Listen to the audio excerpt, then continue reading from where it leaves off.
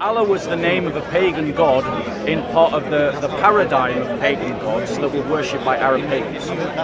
And when Muhammad was speaking to Arab pagans, he called his god the name of their supreme god.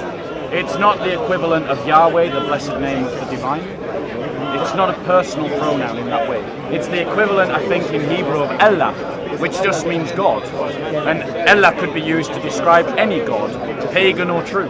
But when they use that definition of Islam, that Islam simply means one who submits to God. Well, by this definition, I can claim to be a Muslim. So if a definition is so broad and so general that anyone can claim it for themselves, it doesn't help the discussion and it doesn't prove anything. And the reality of it is there's no evidence of Islam before the 7th century. None. There's no concrete evidence. There's absolutely zero evidence of Islam before the 7th century, except unless they use a definition of Islam that is so broad and universal that they can apply it to anyone and anyone.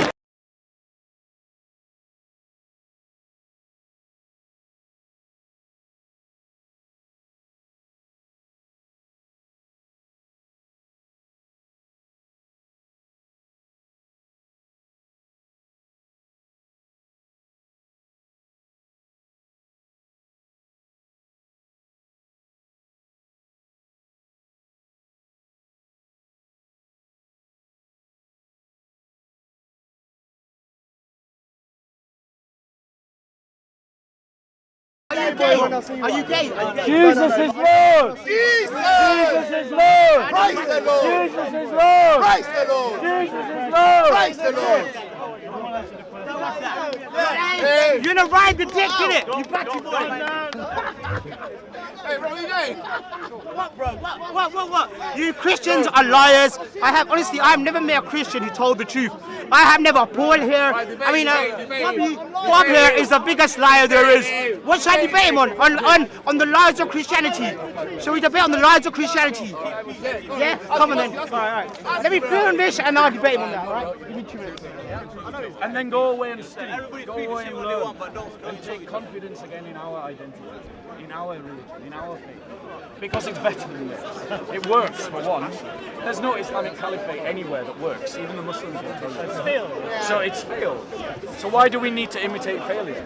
Still gathering people to itself and binding a community in the love of God and in the love of one another that stands up against the injustices of Islam and against the injustices of capitalism. And we'll be here every Sunday. Amen. But learn your faith, study it. Don't let them bamboozle you. Know the limits of your knowledge, but increase them. Anyway, God bless. I used to see on YouTube. I can't say that I have enough knowledge about Christianity or Islam, but I know something. Yeah. I know something. And when I came here, unfortunately I met some Muslims. They talked to me about... Can I get some water? Yeah, chocolate. No, thank you. I need water. Thank you. Yeah. I'll take one for later. Okay. The chicken was up all night laying them. Yeah, go on, you were And saying. they talked to me about Islam, and they say that it was from the beginning there was Islam. And then I asked them if there was Islam at the beginning, and if you say that Moses... Have you got a copy of this at home? No, I haven't. Yeah. Are you giving me this? The copy and hand it out. Yeah. Okay. Take it home and copy it. Okay, brother. I will. I don't have a copy of that, but I will look it up. Yeah. I just let this brother finish what he wants. Okay, sorry. And I asked them, they say there was Islam from the beginning. Yeah. And they mentioned some prophets to confirm that Islam was there. Yeah. And then I asked them if there was Islam at the beginning, and the history told us that Islam starts from the 6th century. Yeah. Then how come? I told them, can you give me an evidence? It shows that whatever from the Quran or from the Bible, Yeah. it shows there is Islam. And So go on. Like. and then they say that Islam means submission. Yeah. But the point, the thing is, in my experience of this kind of argument, what they do is they make the definition of Islam so vague and so broad that they could call anyone Muslim. But when they use that definition of Islam, that Islam simply means one who submits to God. Well, by this definition, I can claim to be a Muslim. So if a definition is so broad and so general that anyone can claim it for themselves, it doesn't help the discussion and it doesn't prove anything. Because the reality is, by that definition, every Christian can claim to be a Muslim. Every Christian. I can stand right here and say I'm a Muslim by that definition. So they prove nothing by using it at all. Because it's so broad, they can capture anyone with it, and they capture people even that they don't want. Do you know what I'm saying? And the reality of it is that there's no evidence of Islam before the 7th century. None. There's no concrete evidence. There's absolutely zero evidence of Islam before the 7th century, except unless they use a definition of Islam that is so broad and universal that they can apply it to anyone and anyone can apply it to themselves. And that kind of definition doesn't need to be followed, because in terms of a definition, it's useless. And that's the whole argument is based upon people's ignorance. It's assuming that someone can't see the logical fallacy of the argument, and it's there to dupe people. They gave me an example that the religion, the Jewish religion, they say it came from the name Judah. So the time between the Jewish religion and the Judah is very different. Yeah. So they say the important thing is the meaning. So Islam means submission to Allah. For those who are submit to Allah, like Moses, Abraham, those they say those are Muslims. Right. But that doesn't mean that's just word games. It's just word games. Because what they're saying is, because we've got a name and a definition to a name that we can then apply to any Old Testament prophet, that proves that our religion is true, is a logical fallacy. That doesn't prove anything. It doesn't prove nothing at all. The name of a religion doesn't prove that it's true. And if your use of that name is to give such a broad definition that anyone can be described as a Muslim and anyone can claim to be a Muslim, then what have you proven?